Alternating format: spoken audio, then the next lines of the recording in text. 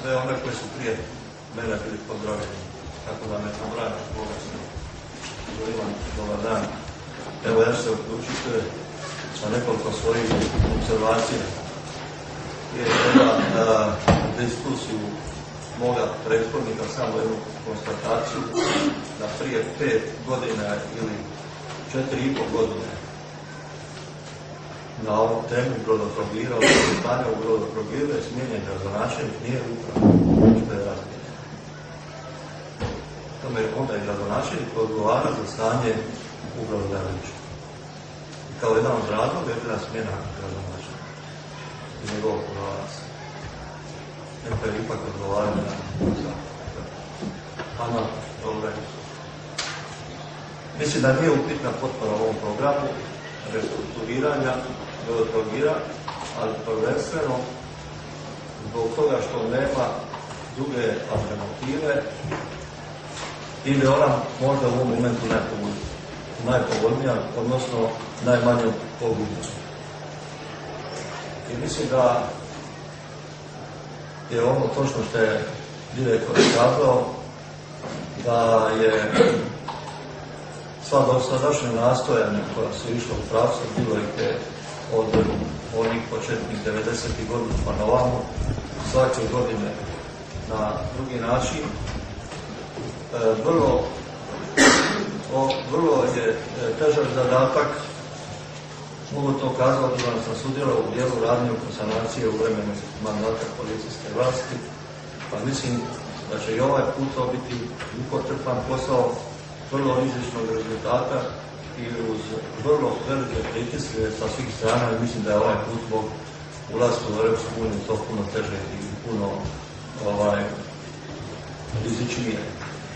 Mislim da u tom smislu smatram da sve političke institucije u gradu koji je emotivno vezan za Brodotrogir, što ono kaže, nema obitelji kojoj nije bar u povijesti neko radio u Brodotrogiru, širega područja Trogira.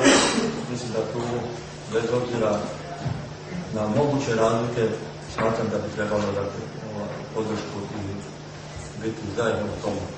Mi smo to znali prije razlike i mislim da je to dobro. Međutim, ono što je i moj kolega istaknuo, mislim da mi kao lokalna uprava u ova dva segmenta o čemu je Ico govorio, nismo bili na zadatku ni kod prostornog plana, ni plana ukupnog razvoja grada. Ja se nadam da je ovo trenutak da se sagleda situacija i mislim obavezno, to je preduvjet da se i ovaj projekt, odnosno program i proveo u relativno kratkim rokovima, što mislim da će biti vrlo knap s vremenom. Inače ne želim se upuštati uopće u stručnu raspravu o dokumentu koji su određeni stručni autoriteti, što je direktor naglasio, jer nije to teren koji je odnosno područje na kojem sam doma, što se ono kaže, pa na takav način ga ne bi uopće komentirao. Međutim, nije mi jasno da se u javnosti pojavljuju različite informacije. Mi smo u ovih proteklih 2 mjeseca bili bombardirani s onim konačno zatvaranje, privatizacija, prodaja, druga namjena i tako dalje. Zato bi pitao da mi se odgovori koje državne institucije stoje iz ovog programa. Mislim da je to vrlo bitno. Evo sad imamo na sebe tekstu privatizacija Brodotrogira do 2009. godine. Mislim da znamo je li to da budem otvoren, mislim na formalnu i neformalnu podršku. Jer nekada i neformalna podrška bitnija u tom smislu da se uvijek se nešto iza vrata ili ispred vrata čuje bolje i važnije. Nadalje,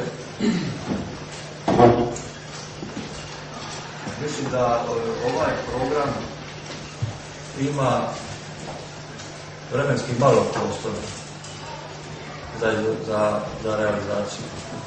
Da u tom vremenu treba živjeti, dakle, Reotrogir treba proizvoditi, prodavati brode, naručivati brode, praviti rekonstruiranje, na terenu nešto provoditi, a to uz ovakvu financijsku situaciju koju ste vi prezentirali, postavlja se pitanje kako zatvoriti financijsku konstrukciju da bi u određenom danu koji je vrlo brzo pred nama, da kažemo da je u stanju da možemo krenuti da dobijemo pečat Evropske unije da se to napravi. Dakle, interesira me u tom smislu kako izvuče iz svega toga skupa da bi jedan dan mogli odrišiti cimu pa reći ovo plovimo u normalnim vodama i da normalno da možemo normalno poslovati.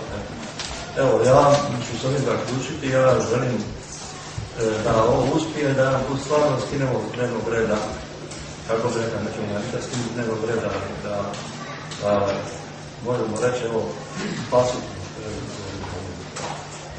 Zahvaljujem.